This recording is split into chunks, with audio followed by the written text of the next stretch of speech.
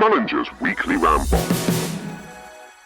Hello, my friends. It is Wednesday, the 9th of October. It is 6 o'clock in the morning, and it is time for the 29th ever episode of this Mullinger's Weekly Ramble.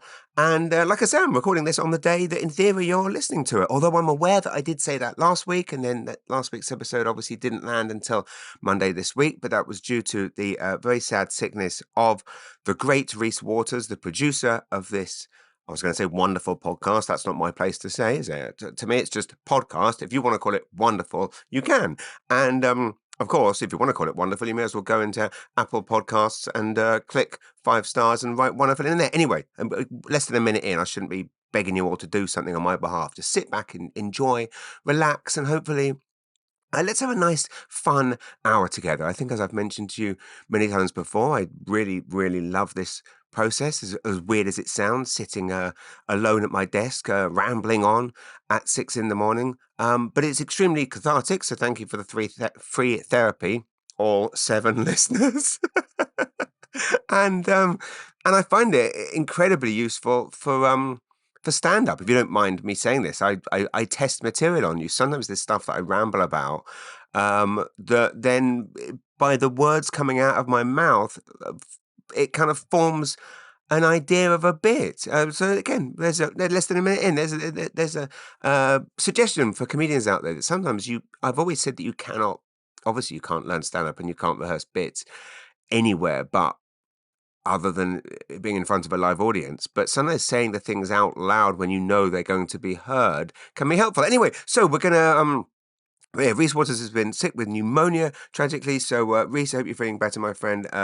Reese, one of the hardest working people I know, one of the co-founders of one of the country's, if not world's, best podcast companies, Podstarter. Anyone listening to this is wanting a podcast as magnificent as this one, go to Podstarter. Reese and John, the co-founders, do amazing things. So, what have I been up to since the last time? Well, in theory, you've all been listening to me 2 days ago, so you might be going too soon for any more rambling from Mullinger. But I will say that after the busyness of last week, this week I've had that kind of. Do you ever have that thing where you're back to back with stuff? Like, I think one of the things that I love so much about stand-up as a job and occupation is that a day comes around and then you have this singular focus. It's like you wake up and you go, okay, so there's other stuff that needs to be done, but basically my ADHD brain can't go in 5,000 different directions because there is one thing that you have to worry about, and that is the show tonight. And not worry about, be prepared for. And again, as I think I've talked about in this podcast before, I am not one of these comedians that can kind of go about their day, rock up to the venue, not think about the set, stroll out and see what comes out of their mouth. For me,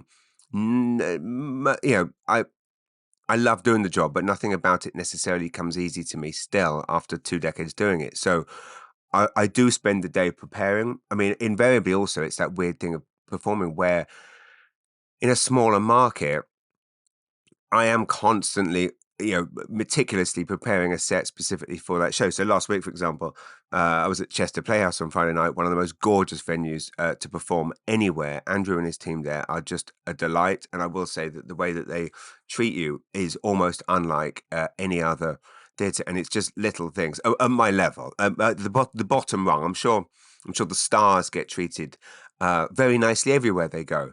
But there's certain things that you get used to not expecting. Like, there's a lot of theatres that, not naming names, a lot of theatres that will say to you, would you like some water? And you say, yes, please, to some water.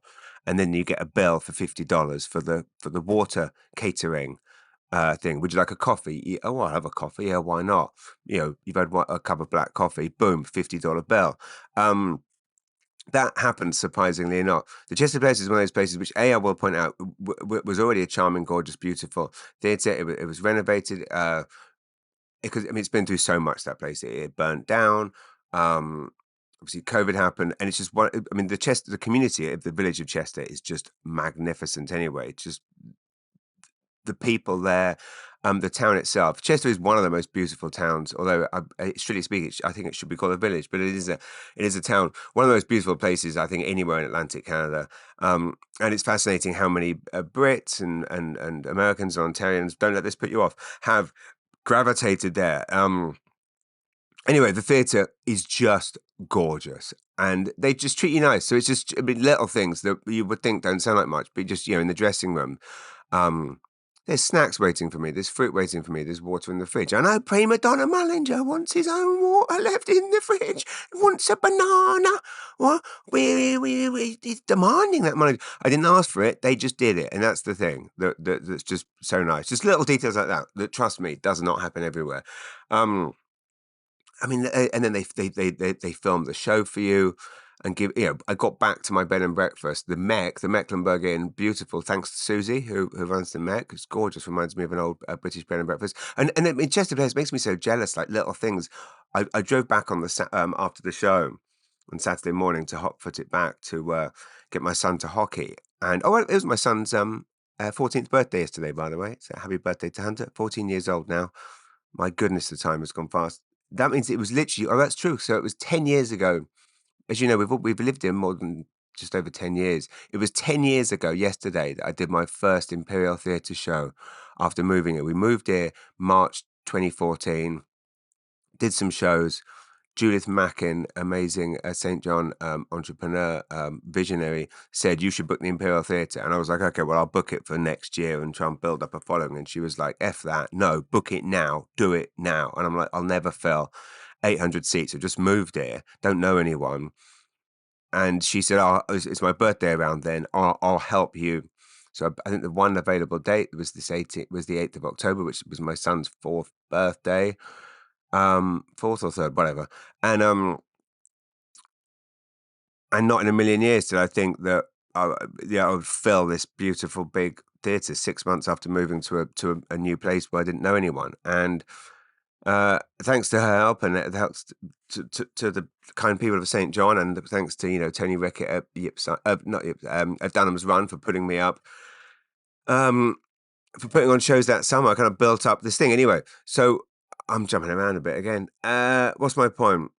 Yes, when I come off a busy time, like I've had the last couple of weeks, so it's been like, okay, the symphony shows, which I spent months and months, you know, researching and writing and rehearsing, and then I went straight into the Frederickson Player Show, and then went straight into the Level Up conference in Moncton, and went straight into Chester, and then suddenly you come off all that, and you've got, basically what I'm trying to say is that when I have all this focus, and I'm able to focus my ADHD riddled brain, unmedicated brain, on all these one things one by one, it's like, okay, that's the priority today, that's the priority today. And then suddenly when that ends, a couple of days ago, suddenly you have to deal with all the other shit in your head and your life and your business. It just comes flooding like it's like a tidal wave. It's like a tsunami, where like all of the voices and the worries that are just in your head that are kind of irrational ones, obviously, but still they're not going anywhere. You can't just say you're irrational. You're being irrational. That's what they used to say, didn't they? Those old school men in those movies. You know, when they would, you know, the terrible old like 50s movies. They'd slap the women. You're being irrational. Slap, slap. How that, you know, the Sean Connerys used to treat women in the bad old days. You're being irrational, but those irrational. You can't tell someone they're being irrational in the same way you can't tell your brain it's being irrational. Doesn't help. In an argument, we say to someone, calm down. Doesn't calm them down. You say to someone you're being irrational, it doesn't make them more rational just by saying you're irrational. And similarly, the voices in your head, you tell them you're being irrational, it don't stop it. Anyway, a lot of it isn't irrational, i.e. the amount of shit that I've got to do. I've got so much work to do on my book to catch up on. The next issue of the magazine, the deadline is coming. I'm away next week, I should point out. This will be the last podcast for a couple of weeks. Away next week for my wife's, amazing wife's 50th birthday. So all the stuff I have to do, and then of course there's the stuff that I create for myself and the stuff that I convince myself I have to do. I mean, like, I don't need to be up right now, 6 o'clock in the morning recording a podcast for you guys, but I love spending this time with you, and I love getting. There's a million messages which I'm gonna get to, not messages, questions. My point is, it's just that weird thing when all that stuff comes flooding back. I guess it's kind of like the equivalent of like coming off heroin. Ray Renton describes coming off heroin in Trainspotting when he's like, when you come off heroin, it's annoying because you've got this other shit you have to deal with. Whereas when you're on heroin, you have one thing to worry about, and that is find heroin, and that's it. Find heroin, do heroin, and then you have anything to worry about.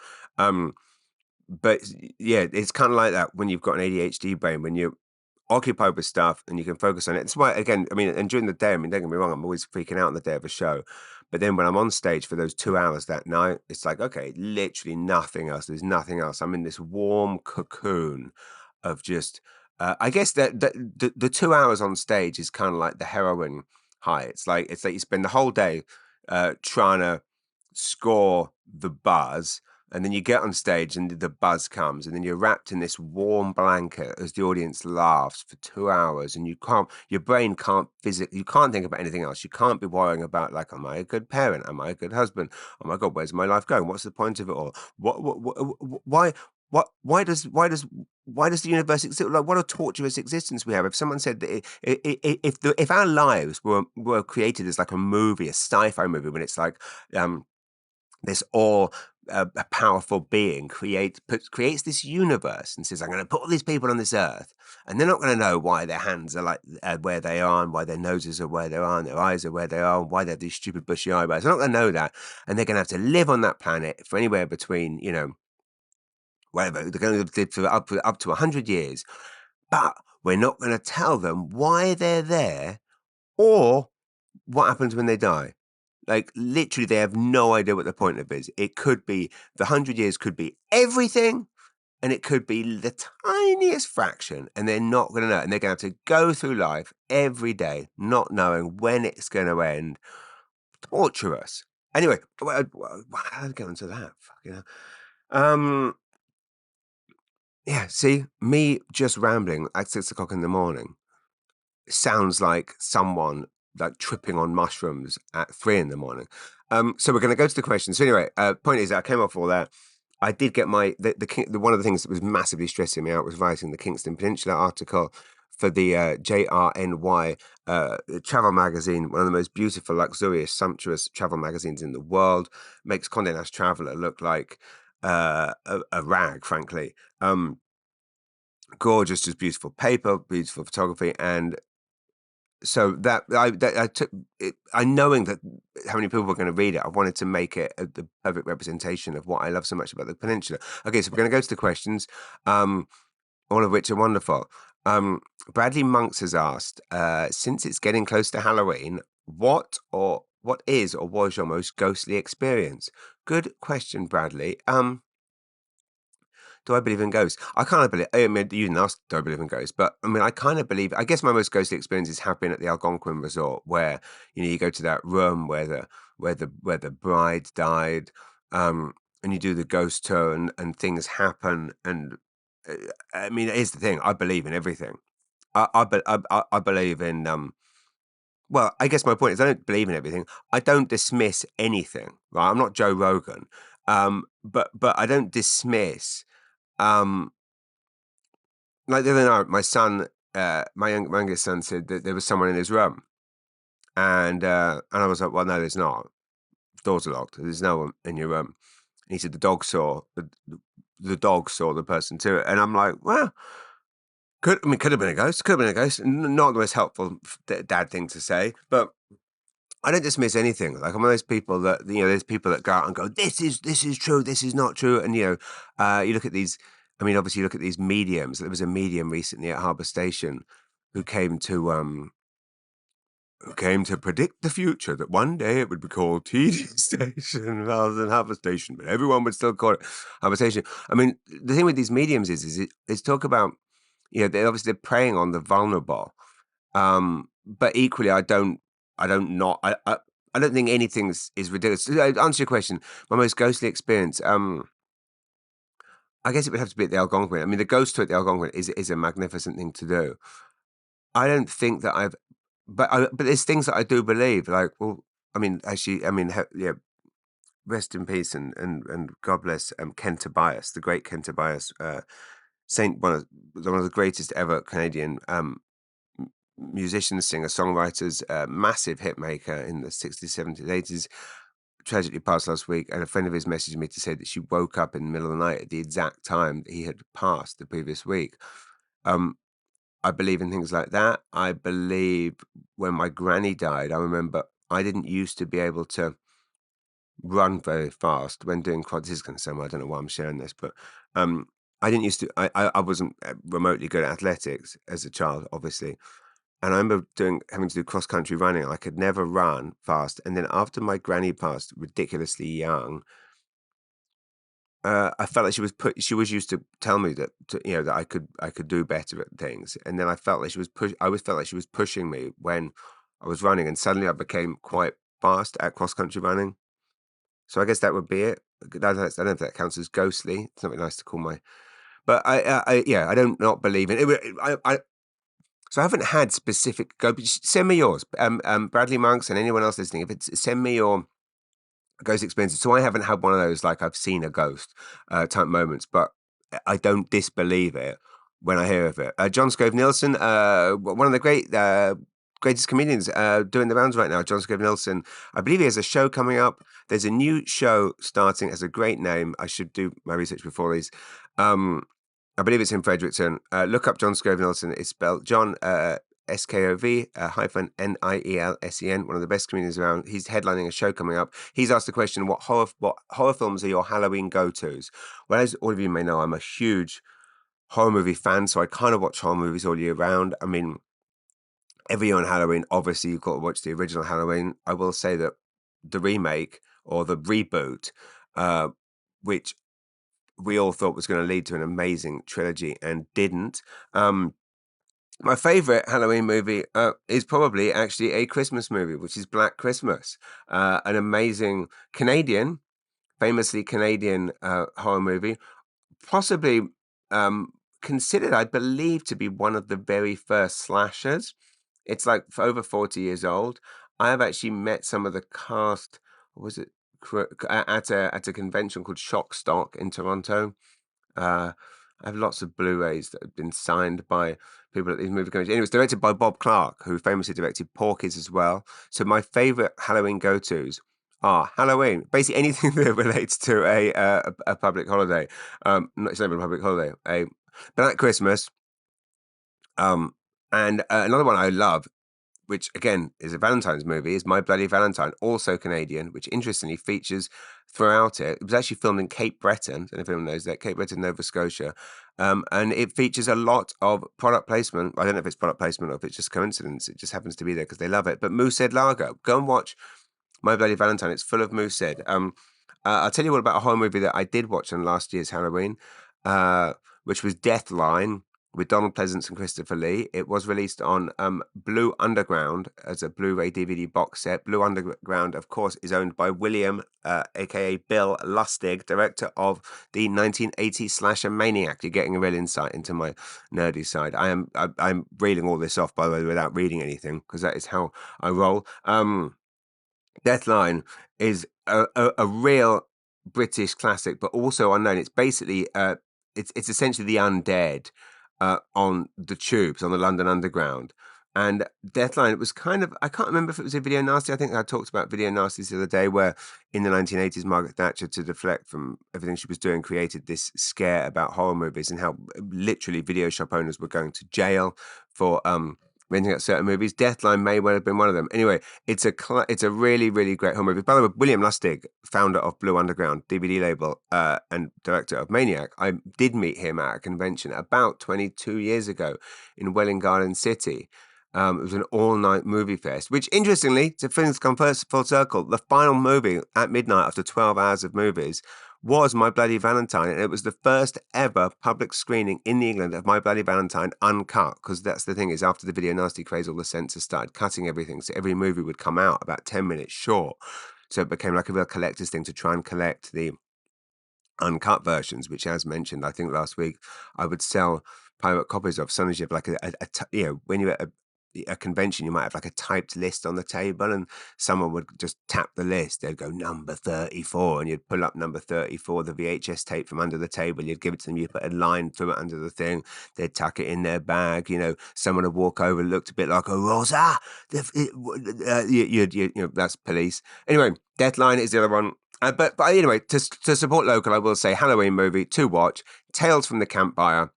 I have a signed copy of the DVD. It's signed by Tim Bell, who was the writer director. It was filmed and set and entire cast in Moncton. Tales from the Campfire, Rue Morgue, one of the best horror magazines in the world, also a Canadian horror mag, um, uh, gave it a great review. The Rue Morgue loved it.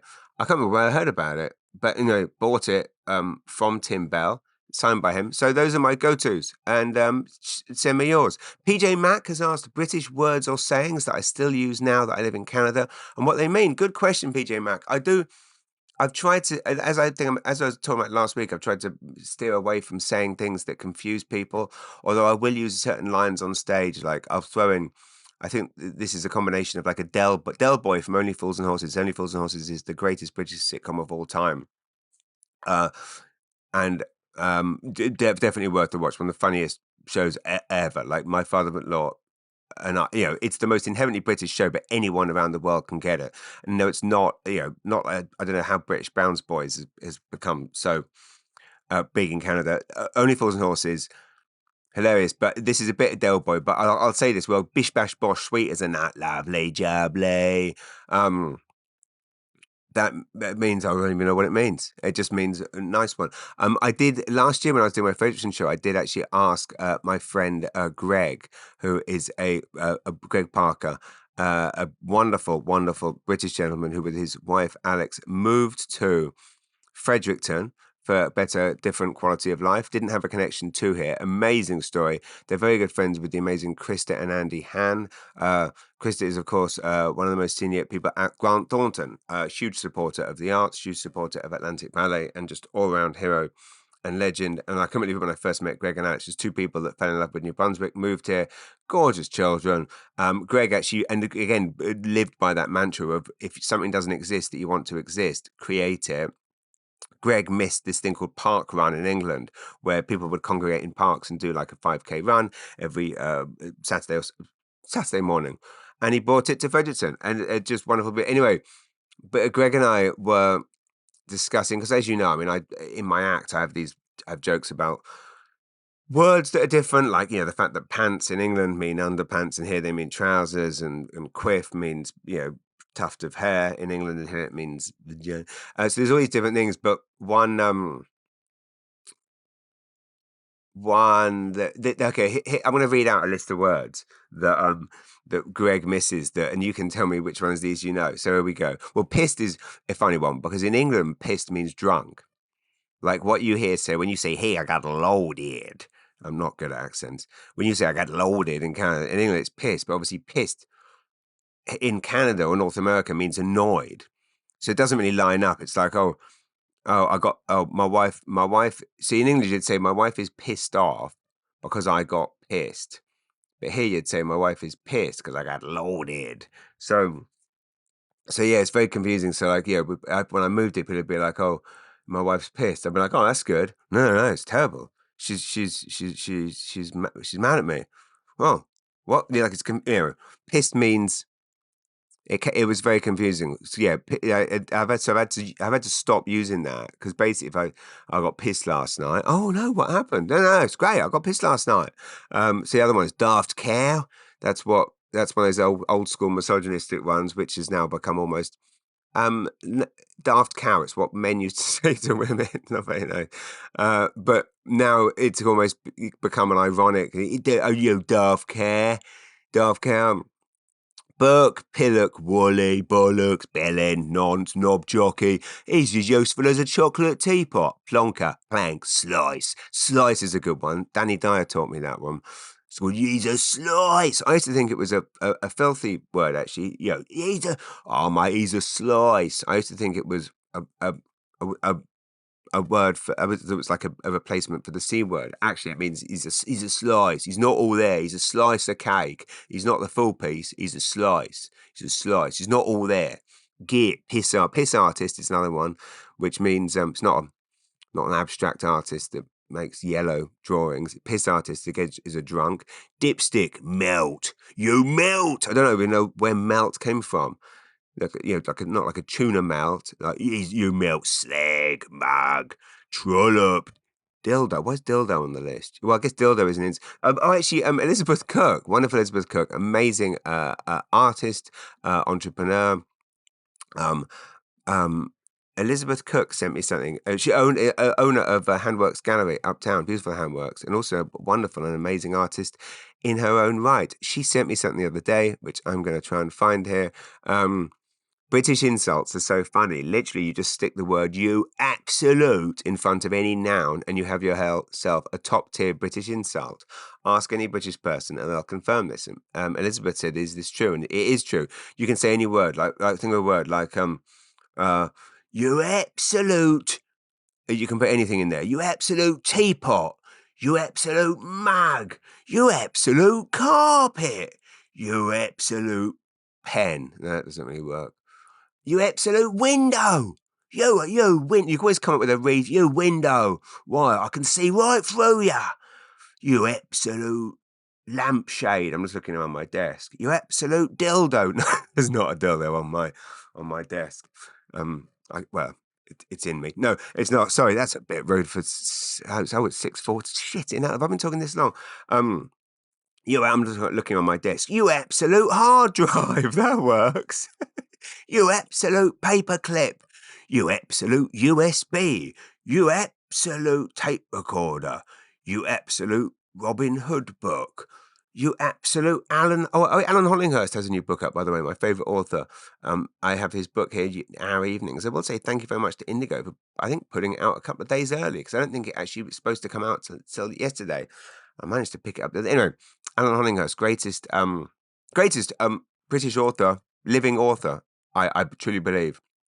Writes a new book every 7 years, labours over every word. You know, like the James Pattersons and the Danielle Stills, this word, like toss out a book once a month, 2, 3, 4 books a month, get other people to write them from Alan Hollinghurst. I once asked him, like, what his writing process is. Does he do nothing for 5 years? And he said, no, I write like 20 words a day, but I labor over those words, and it shows. And it's actually weird. Like, I'm such a fan of his. It's actually quite hard reading his book and becoming immersed in it, because you're too busy kind of bathing in the language.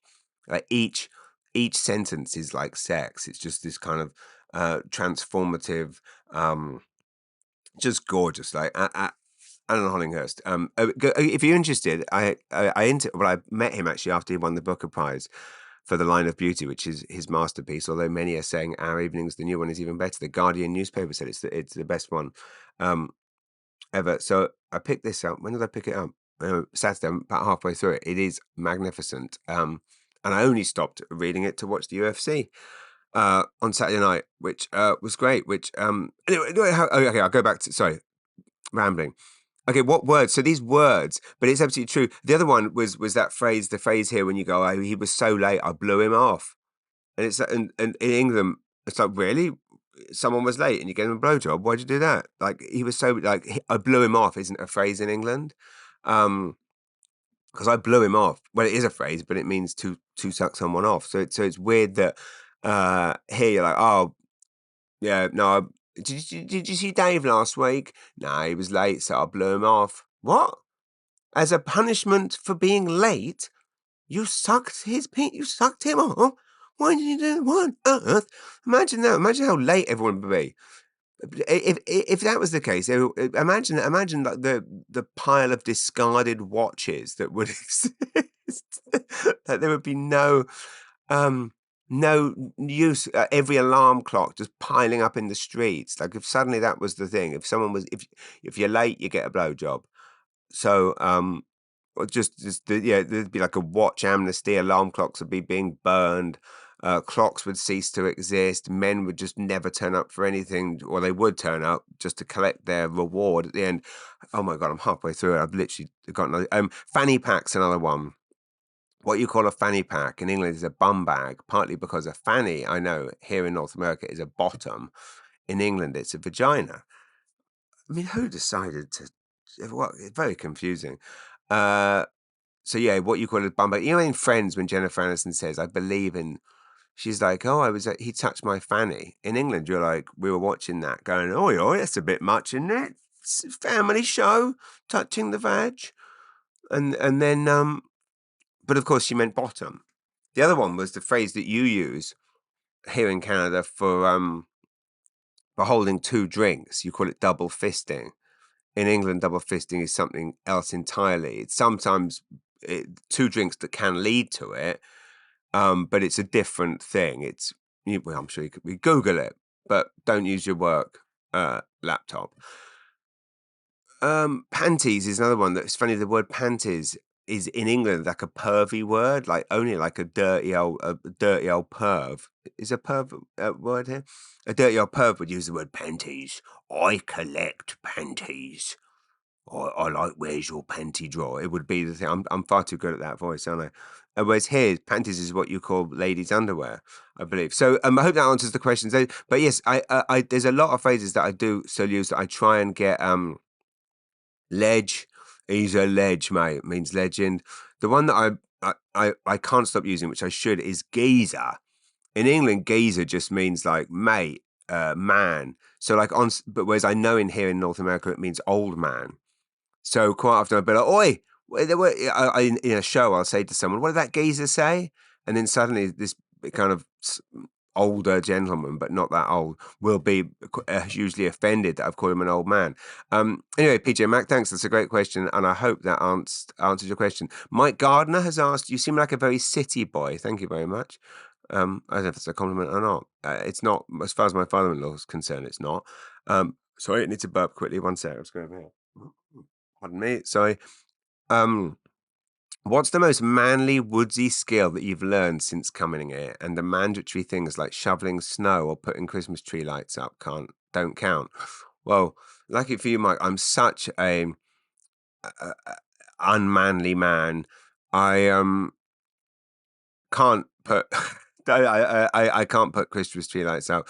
My wife is very much the. I know it's she is the useful one in the house. I was going to say the one that does the manly things, but that is an outdated concept. My wife handles the finances, the business, the children, um, and most of the handiwork around the house. Why is that, James? Is that because you spend all your time sitting in a loft talking absolute bollocks into a, into a computer? Yes, that probably is it. Most manly thing I can do. Well, I am painting a treehouse right now. I'm very proud of. I'm also quite good at unblocking because I've had a few plumbers. Let's just say a few plumbers screw me over. I unblock my own. Um, we paid someone a couple of $100 to unblock a bath, and they said, "Oh no, I can't be done." But still billed us the full amount and completely scratched and destroyed the bath in the process. So I taught myself how to unblock drains with that long thingy and manly things. Does raking leaves count? I don't know. Not much, Mike, is the answer. I'm sure people have seen me going for like walks in the snow wearing a pair of like white deck shoes.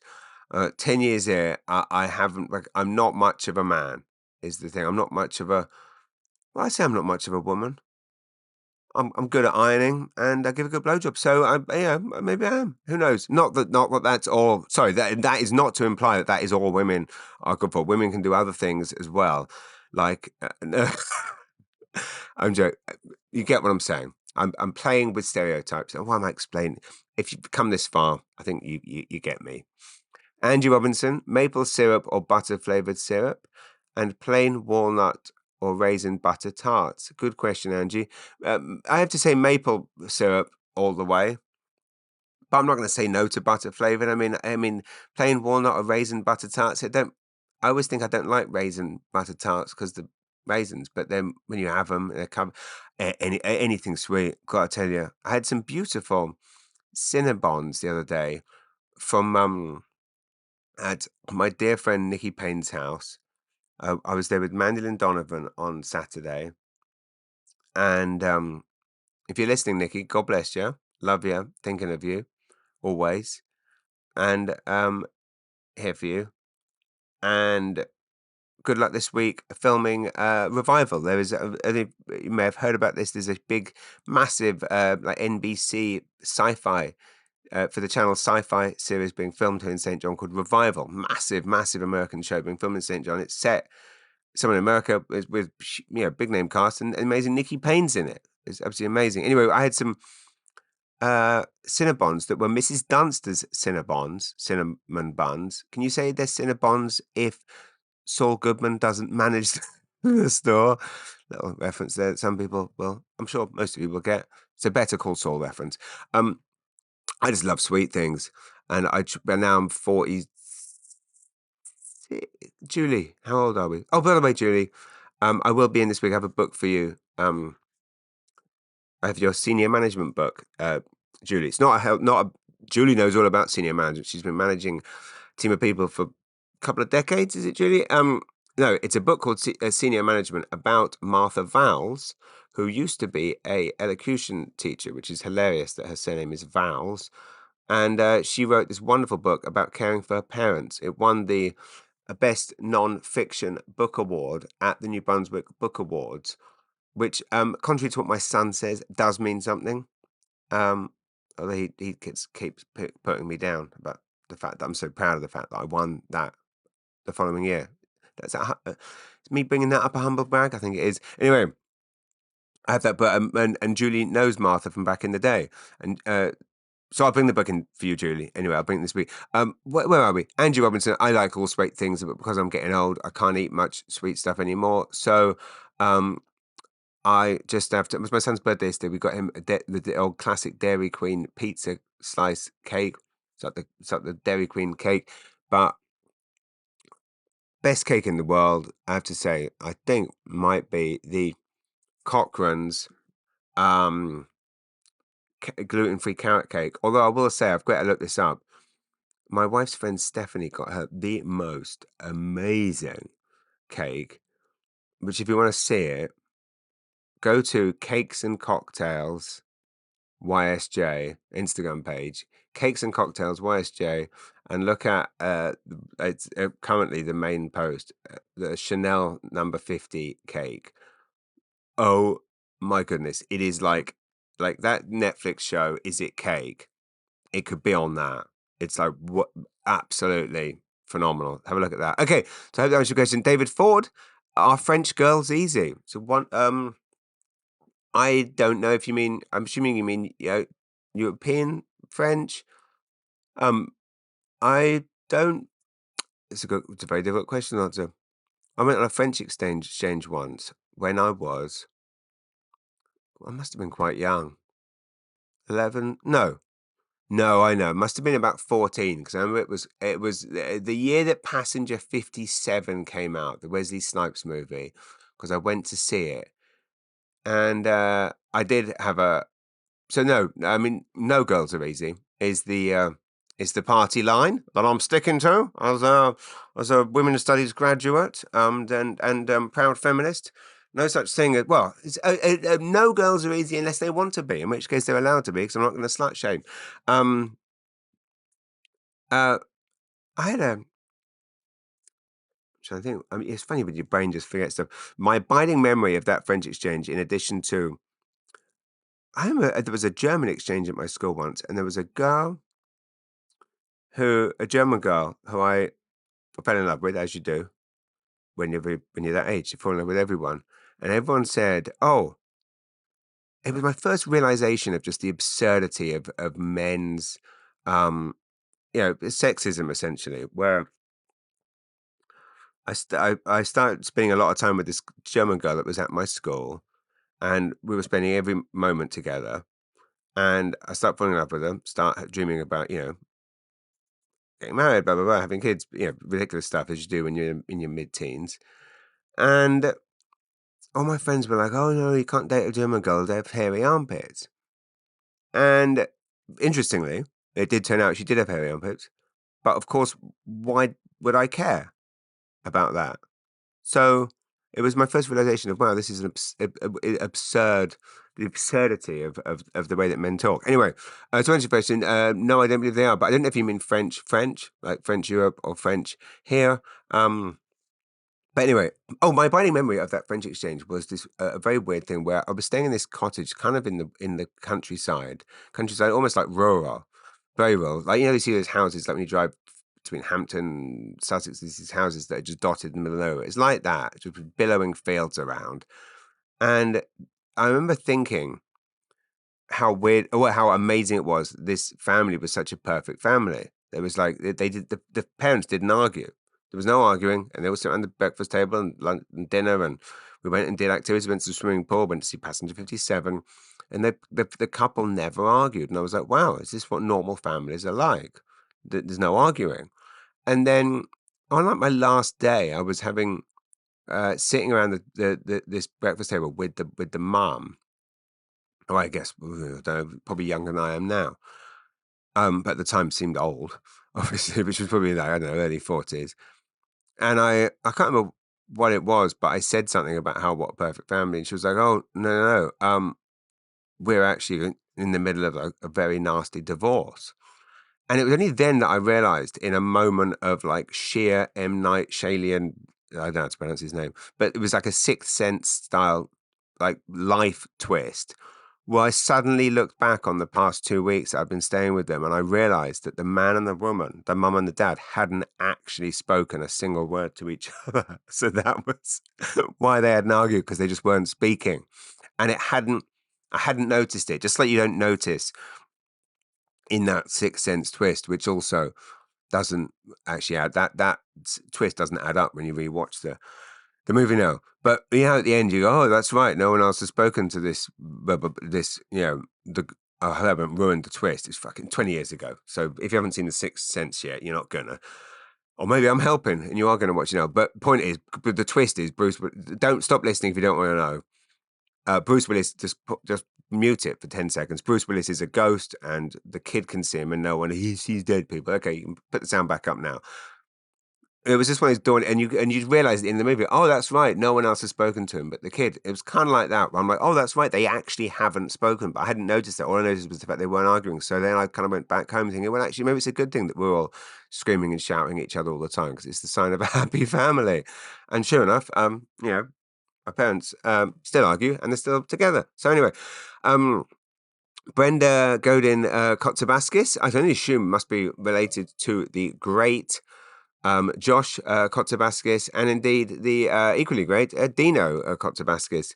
How important is it for newer comedians to incorporate social media into their platforms in terms of getting their name out and into the markets?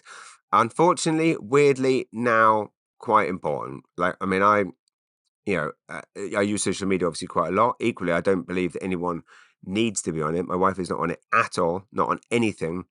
Never been on Facebook, used to be on Instagram, not anymore, doesn't look at any of it, and lives a very amazing, fulfilling, successful life. Also runs a media, I won't call it empire, media business, um, that involves, you know, TV, podcasts, magazines, live shows, doesn't use social. So, um, but as Tyler Warren Ellis will attest, because he was witness to this at my Frederickson Playhouse show 2 weeks ago, a lot of people came up to the merch table saying, hadn't heard of you before, and a reel popped up on my Facebook page of you doing a joke about ferry boats or whatever it is, or town names.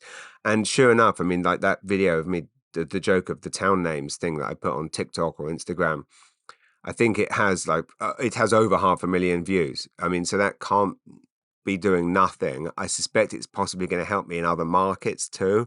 Um, you know, I can fill rooms in BC because I have an amazing promoter out there, Rob Balston. I've built a following, and we went there. I went there 5 years ago, did some shows, and now there's word of mouth. So I built up these small followings in these tiny pockets of places. However, now I suspect, because of that routine about town names, not that this wasn't the strategy, but because there's a lot of it about Saskatchewan, I imagine now, because that bit going somewhat viral-ish, viral for a nobody, like myself, I could probably fill a decent sized venue in Saskatchewan. So, yeah, I would say it's quite important.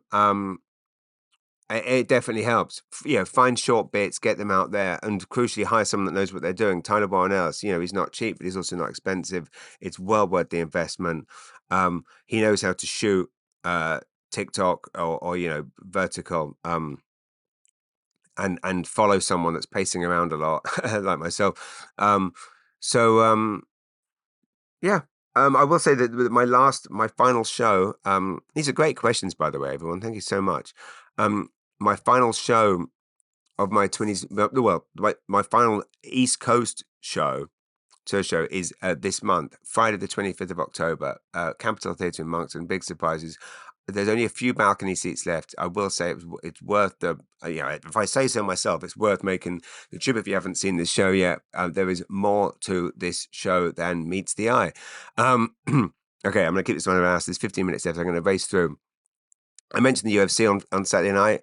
Pereira versus Roundtree Jr. What an insane fight. Pereira is seemingly now coming out as like the new Conor McGregor in terms of just like the love that the audience had for those fighters. I mean, Roundtree Jr. for going all those rounds, getting seriously injured, but keeping the utmost respect for each other. Pereira obviously is a machine. I read something that Joe Rogan had written or said about how the sound of the way that Pereira hits and just the sound. I mean, it sounds actually quite gross. And then at one point, I believe the commentator desk got splattered with blood. I mean, when you hear things like this, you just start to question the attraction of this sport. But then ultimately, it is two highly trained, skilled sports people. And it's it's safe. I don't know what it is about the UFC that I find so fascinating. Oh, I will point out one of the things, beautiful things that's come out of this podcast is I have I made lots of new friends to this podcast, but I mentioned many times how desperate I am to perform on Grand Manan. The wonderful comedian Jason Guptill, who I'd heard so many wonderful things about through our mutual friend Matt Keenan, who they've been doing lots of shows together. Jason's stage name is Jason Gary. In case you didn't recognize the name from all the posters, Jason Gary is his stage name because all you idiot, always bastard MCs out there getting people's names wrong. I rarely, when I'm on the road to playing clubs elsewhere, I rarely get Mullinger. I get Mulligan, Mullinger. So Jason obviously got sick of people butchering Jason Guptill. So he went for Jason Gary. But God bless Josh Kotzabaskis for sticking it out. I think I mentioned this last week that my big St. John show for next year is on sale. St. John High, the beautiful Dennis Nib Auditorium. But obviously, big warm-up shows start as soon as January kicks off. January 8th to 10th, just January 8th, 9th, 10th, I'm doing work-in-progress shows at the St. John Theatre Company's BMO Theatre with support Wednesday, Brad Rice, Thursday, Jeff Pennell, Friday, Caitlin Dean. These shows, you, the audience, pick the subjects. Anything can happen. You turn up. You write down a subject. I improvise. 2-hour shows, all improv. So, I mean, don't get me wrong, it could be shit. But my point is, sorry, Jason, Gary, and I finally picked a date for. We're going to do the Gramanan show. It's going to be next year. We don't know the venue yet. It's going to be April 12th next year, Saturday, April 12th. So if you're on Gramanan and you want to see me and Jason, and hopefully Matt Keenan too, if he's available, live on April 12th next year. Make that happen. Tickets on sale now. I should mention also for the Ross Yule, my wife's annual St. John Regional Hospital Foundation fundraiser, 17th of November. Go to marathonmedic.com. The wonderful Carla Bagley will be there taking pictures, Enchanted Hill Photography. I mentioned the Moncton show earlier. We're doing a collaboration actually right now with the Delta in Moncton and the Destination Moncton, and the Windjammer restaurant, which is at the Delta, to win you a night out in Moncton on the night of my show. So that's a luxury room for the night, dinner at the Windjammer, $200 spending vouchers, thanks to Moncton Dieppe Tourism. So go to my Instagram page or the Marathon Minute Instagram page or any of their Instagram pages, and you can enter very easily to win. Okay, so funny. I was seeing a thing yesterday called shrinkflation on the news about like these companies that are just basically with this kind of as this kind of recession that no one's calling a recession, this cost of living crisis, the grocery stores jacking up the prices. They're calling it shrinkflation. I call it theft. Is what I call it. Speaking of theft, I did actually try Oasis tickets for North America went on sale, sold out just as quick as everywhere else. They said they weren't going to jack the prices up. They did jack the prices up. When you look at what things used to cost, like when you think about it, like for bottom of the rung for like, grinding journeyman, pounding the pavement, comedians, musicians, artists, our ticket prices slash painting prices slash album prices haven't gone up in about 25 years, right? It was about 20, 25 bucks, 30 bucks for a show 20 years ago, still is. Go to a comedy club, 15 bucks, still is 15 bucks. Oasis, was 50 bucks, 20 years ago. Now it's like $500. Like everything's been jacked up. Everyone's ripping you off. Taylor Swift, richest musician in the world. Good on her. Full respect. Definitely not going to hate on Taylor. 1.6 billion in the bank. 1.6 billion. Well done. Very happy. Maybe doesn't need to keep ripping off her fans with 12 different vinyl colored released albums, and maybe the ticket prices could be maybe a bit less. I don't know. Who knows? Maybe they're doing good things. And this doesn't. I'm not just picking on Taylor. I'm picking on everyone.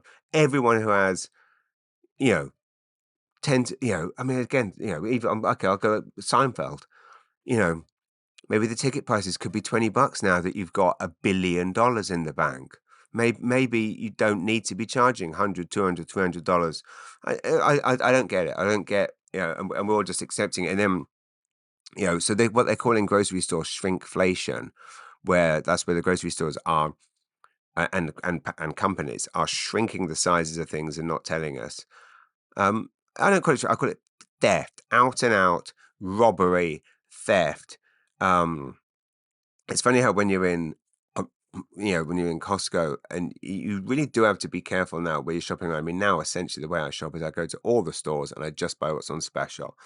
But you can get caught out. Like sometimes you're in Costco and you see this ginormous thing. It's a pack of 5 toothpaste, and you go, they're ginormous, and there's 5 of them, and it's massive. I'll chuck it in the cart because if it's massive, it must be a bargain. But then you actually break it down and go, hang on a minute, oi, add it up. Each one of them costs this, and you realize it's actually more than what it is for a single tube in Shoppers. It's all a scam. And so those big ones, those big old, those big toothpastes, they're huge. Sometimes you can, when you get down, you can't get much of it out. Like you get most of it out, but then you can't squeeze any more out because the thing's too big. What happened to? Do you remember in the old days when you were a kid, your mum always had the toothpaste was always in that little like device squeezy thing that you turned, and then the thing come out the end. You could squeeze out every last bit of. Why hasn't that come back? We're in a cost of living crisis. Where did because the technology of the squeezy tube hasn't improved. It's not like with the ketchup bottle when you're banging the glass thing, and then they invented the squeezy bottle. With the toothpaste, the toothpaste it doesn't come out any easier than it used to. But what happened to the squeeze, the turny thing that you could put it in and get? We need it more than ever right now. We're all skint, cost of living crisis. Bring back the squeezy thing. But it's funny when you think about things that have ceased to exist. When you think sardine tin opener, that was a thing. You had a sardine tin opener, but then suddenly some bastard at the sardine factory made the tins open themselves. So then did that suddenly overnight? So when when you think about the industries over the years that have been decimated because some bastard had some big idea. Do you remember can you imagine the day you owned the sardine tin opener factory, and then someone comes running in, boss, I got terrible news. What is it, Jenkins? I don't know why it's called Jenkins. Not 18th century boarding school teacher. What is it, Jenkins? The sardine factory, they've decided to start putting the opener on the tin. We're out of business. We're going to be put out of business. Egg timers, that's another one. Or all clocks. Well, we've established that all clocks are going to be thrown away anyway, now that if you're late, you get blown off. Okay. Lovely Michaela Trainer. Michaela, God bless you. I think it's a wonderful question here. Which Michaela was one of the Michaela, I will point out, is the I believe founder of and runner of the ADHD support group Saint. If you and you should check this out because it's very helpful for those of us. ADHD support St. John. I knew Michaela had ADHD before I knew I had it because she talked about it a lot. So she was one of the people that I knew that had it. So I kind of knew it was something that wonderful people have. She has asked, what symptoms of ADHD do you find empowers you? Um, the ones that empower me, well, it doesn't empower me as such, but it's the obviously I've the brain going in 500 directions, me sitting at my desk now looking at the list of things that I have to do, and there's a list of 50 things, and I'm about a tenth of the way through all of them. It doesn't empower me. It drives me absolutely insane, but it's highly productive and highly useful. And I get a hell of a lot done. It's just not very fun getting it done, running around, feeling like you're being torn in 50 different directions.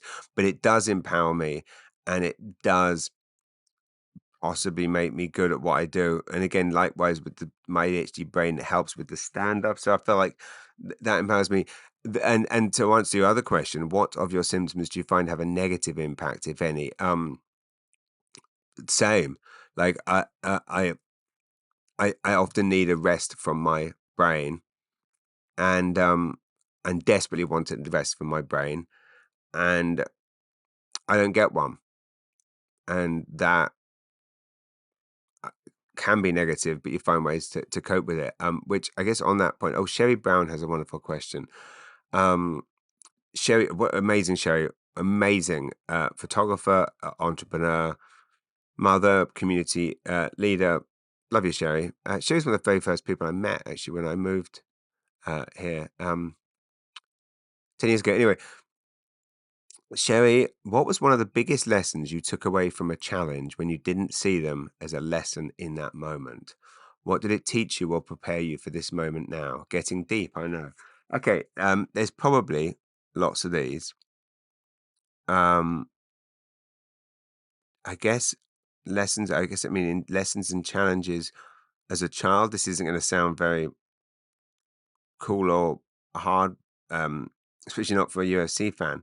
Um, as a child, I learned how to walk away from a I fight a lot, like being picked on a lot and thinking, wanting to lash out at someone that's picking on you, but learning to walk away and hide. This is literally the least cool, cool sounding answer ever. There is another very specific one which I will tell you in a sec, but learning how to learning how to hide. It's terrible thing to say. It just sound like such a wimp. But really that was as a child I would say it was that, like, feeling an overwhelming urge to lash out as a child when being picked on, but realizing the best thing was to just walk away. And I guess to use that as an example now, it's like there's a thing they say that when people are attacking you either online or just never engage, and it's something which I have this thing where when some comedians enjoy kind of responding to negativity online, and they do it partly because it helps the algorithm, so it gets their clips. The more they respond to people slagging them off, the more their posts rise up the algorithm, the more views they get, the more money they get, the more fame they get, blah blah blah blah. I just have this thing of never engage. I don't engage with negativity. I don't engage with abuse, unless obviously it's abuse of someone else and I need to step in and help them. But for myself, but the number one lesson, the challenge I would say was, or I don't know if it's a challenge as such as it was a mistake, was I have I many years ago in 2018, I made a cardinal mistake at a big show that meant a lot to me. And I've written a lot. I was almost too scared to write about this in my first book, but it's very much a huge part of my second book. But I had a show that meant a lot to me back in my hometown in England. And I arrived the day before, got a bit silly with friends, partied too much, long story short, was not, um, essentially in a good state to do the show. The show did not go well, and it was personally devastating. let a lot of people down, and I made a pact from this challenging moment, this moment that at the time I didn't know I was learning a lesson, but um, they always say when you do something foolish, like what are you going to learn from that, and how are you going to take that this challenging moment, and what you're going to do with it. And the thing is, I hated that this happened, and I hated that I let people down, and I hated that I let the audience down, and I hate that I didn't put on a good show because I wasn't in fit sound. I wasn't sober enough essentially to be doing this show. But the thing I learned from that, and now I'm just so grateful that that happened, is that I have never since then, it must be now 6 years now, ever had a drink on the day of a show, ever. I'm very strict about it, right down to, like, if I have a show in the evening and my wife says, "Oh, this wine's nice at lunchtime. You should have a sip of this, try this." I won't have it. Zero. So that, and it was weird at first, going from having years of having, albeit not much, but you just get used to, having a couple of drinks before a show, because when you start out, you're nervous, couple of pints help. Doing that for years, then suddenly going from that to almost every, almost, I never did it at corporates, but I would always have a couple before, to go from that. And then so this was like November 2018, I completely stopped ever having anything on the day of a show, not a sip of it, nothing before a show. And overnight, I would say my acting people, I remember my friends Bill and Sheila Bean coming to see me at a show in Chester. In fact, the Chester Players, weirdly enough, and they'd seen me half a dozen times, probably at different theatres, clubs, after we'd first met at Yuck Yucks, maybe a few years before that. And Bill, we went to the Foxgull after Vauxhall Tavern back in 2019. I was there with Bill, his wife, my wife, and Bill said, "What has changed? Like, something has changed. Your act is just, I'm not blowing smoke up my own ass, but something has changed. It's just next level now. Like, what?" And I said, "Well, one thing is that I have just a few months ago quit having anything to drink before a show." And he was like, "Wow, that's it." But it was weird at first. It was hard. It was almost like having to go out naked, without that kind of crutch. So not a day goes by without me thanking the universe, the Lord, whatever, for the fact that I had that experience, because it made me such a better comedian. And I mean, now to this day, I can't imagine I can't imagine having I need to be the most focused person in that room. And the reason that I'm able to go on these tangents, the reason that I'm able to, and again, it's not that I used to be bad having had something, but I'm of the opinion that no one does their job better after a few drinks. People tend to work better sober, which is why generally it's encouraged to not. Although it's very bizarre when you walk down the Roster Road in the morning, how many people seem to be smoking weed on the way to work? But maybe people work better on weed. I don't know. It's not my bag. Uh, so I was I was thinking about this, actually, talking about of shows and pre-show nerves.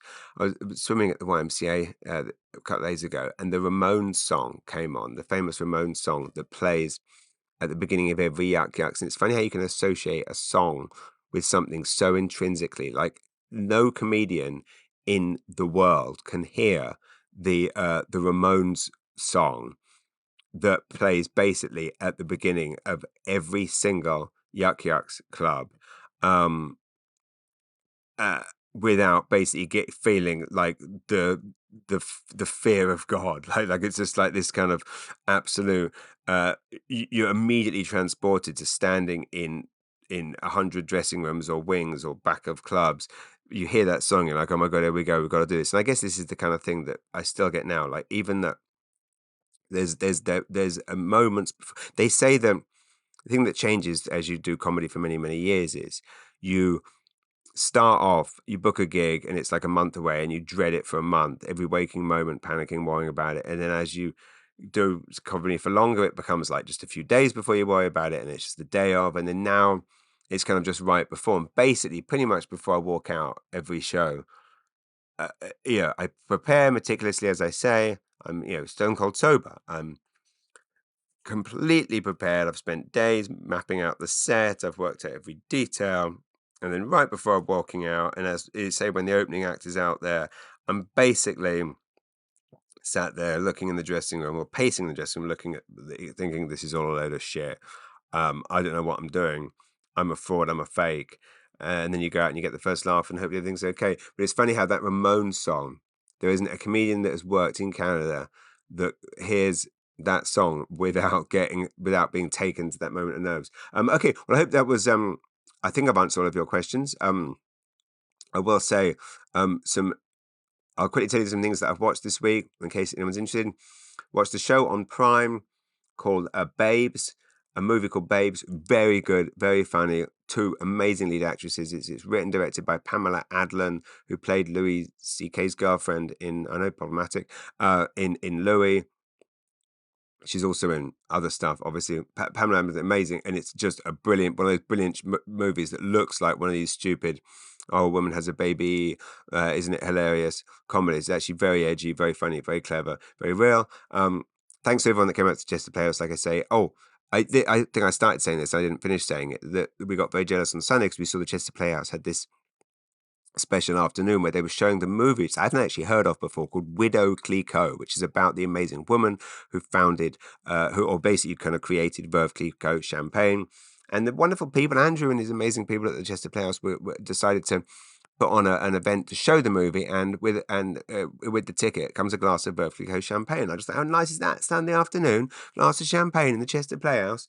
So anyway, I was back home by then, so we watched Widow Clicquot, and well, I had a glass of cheap plonk. Is that a word here? Plonk. Anyway, we had prosecco. Obviously, didn't cough up for the expensive Verve, but pretended it was Verve. Plonk. That's a word for cheap wine in England. I don't know if I've never heard it used in Canada. I guess because here you call it homemade wine or hooch. Widow Clicquot, very good movie, but basically a very empowering movie about an amazing woman. Essentially, her husband passes, and of course, all the evil men want to, take over the vineyard. But she fights it out, and actually, Well, I meant to give you the ending, but anyway, it's great. I've spent some quality time last week with Nikki, my dear friends Nikki Payne and Mandy Lynn Donovan, due to something far too awful and tragic to be talked about on a podcast, but safe to say, God bless you, Nikki. Love you. And yeah. And it was Hunter's birthday yesterday. So anyway, I gotta go. Gotta walk the dog, go to the Y, get back for a meeting with some nurses about a big nursing conference that I have in a few weeks. I'm gonna see my wonderful trainer Tara later tomorrow, Beauty and the Beast at Harbourview High, and then next week I'm away for my wife's 50th. So I won't see you guys for a couple of weeks. We will be dropping a special episode actually, which is an interview that I did with Marcel Lublanc of the Amazing Neighbours project in Fredericton. So anyway, all that leaves me to say, 25th of October, Capitol Theatre, Moncton. I wouldn't normally plug my own show because I'm far too, but it's worth a watch. And then obviously January shows are on sale for St. John Theatre Company. I think that's everything. Thanks for listening. As ever, feel free to email me at comedy@jamesmullinger.com. And do check out Alan Hollinghurst's new book, Our Evenings. I should point out also, I mean, I'm writing an article for Atlantic Books right now about my favourite upcoming books, and one of them is obviously Brandon Hicks's, amazing Brandon Hicks, his wonderful new book. Actually, there's a few other things I think. Okay, I'm going to leave you with something positive here. Here's a list of things that are cool. Apologizing when you're wrong, showing up on time, being nice to strangers, listening without interrupting. Not easy when you've got ADHD, to be fair. That's a thing. Admitting you were wrong, following your dreams, being a mentor, learning and using people's names. Also not easy when you live in a town of 5,000 people and you know everyone. Holding doors open for others. I do that all the time. I don't understand why more people don't do that. Let's leave on a positive. A quote from Mark Twain. Am I allowed to quote from Mark Twain? Is he problematic now? I can't remember if he's been outed as a racist. Anyway, luckily it's not a racist quote. Obviously, I wouldn't be reading it. Mark Twain, and this pretty much just I think sums up a lot of my outlook. Anyway, this reminds me of something. It's very similar to something the far greater who Dr. Meredith Henry said. But he said, Mark Twain said, "I've had a lot of worries in my life, most of which never happened. It's true. We spend a lot of time worrying about things that will never happen. What a waste of energy, what an absolute waste of energy. And worrying about something doesn't stop it from happening. Dr. Meredith Henley put it better, and the quote has fallen down from above my desk, but it was on the lines of everything you ever go through, you've been through the same and worse and got through it. So that's that. Oh, I should point out, I've got a very nice pair of beautiful. I'm going to walk my dog in a minute with my brand new Nike trainers. That's right. No, don't worry. Things ain't got that good. $30 from the Winners. Yeah, fucking, that's why they call it Winners. $30 from Winners.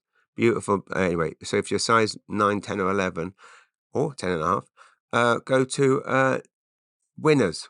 Obviously in St. John. I'm sure your local Winners has got great stuff, but I'm assuming most of these listen to St. John, but who knows? Hitting. Have a great day. I'm rambling now. Thanks for listening. Back in a couple of weeks. Send your questions, and please keep supporting local live comedy wherever you are in the world. For both of our London listeners, take note. Lots of love. Thanks for listening. And now it's 7 a.m. Time to get down to business. Love yous. Mullinger's Weekly Ramble.